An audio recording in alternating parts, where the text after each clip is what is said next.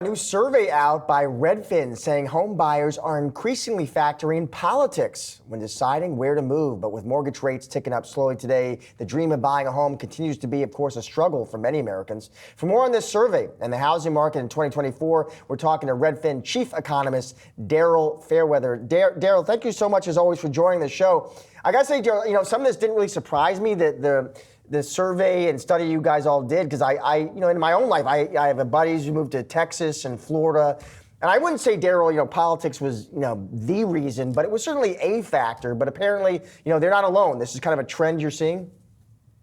Yes, we surveyed real estate agents, and a third of agents said that they were working with a client last year who was relocating due to politics.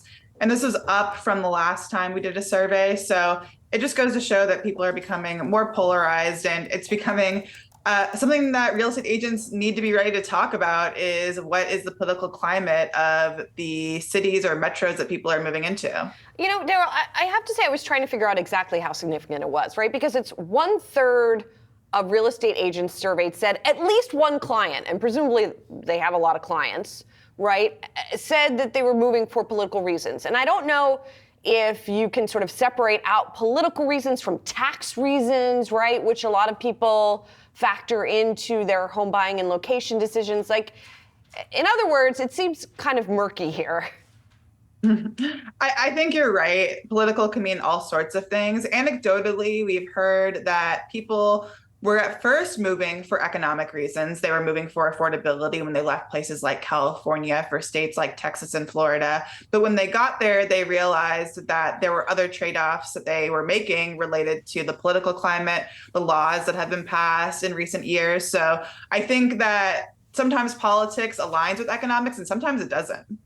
I also wonder how much of that could be, the big trend we've seen of more people can now work from home, right? And that just gives a lot more Americans a lot more flexibility, and if you so choose, you have that, I guess, more flexibility now to move to an area better aligned with your own personal politics.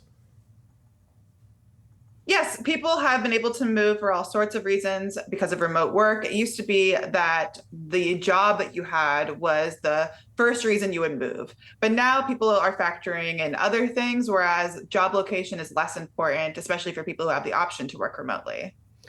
Let's just talk about mortgage rates for a minute, because we haven't had a chance to check in with you in a little while about that. Man, they are not coming down much, are they, Daryl? I mean, is this level still sort of around 7% or close to 7%? Is that enough to make a dent here in the weakness that we have seen? It seems to be making a dent. Compared to the fall, rates have come down, and that has boosted demand in recent weeks. We've seen that in our data. We've seen prices come in higher than we were expecting. We've seen more growth in sales in places like California that were hit hard by high rates because of how expensive homes are there. So even this little movement in rates seems to be encouraging buyers. And buyers are considering all kinds of factors like the strength of the economy, their job security, and that is motivating them to make a big purchase. So here's my big question, Daryl. So Mortgage News Daily says the 30-year fixed here, 6.97%. Where do you think, Daryl, that is 6 months from now or 12 months from now?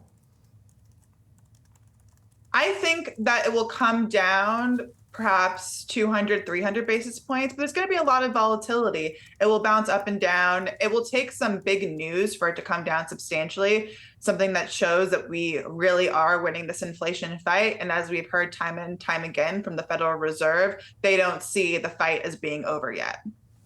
Daryl, thank you so much for joining us. Always appreciate your time and insight.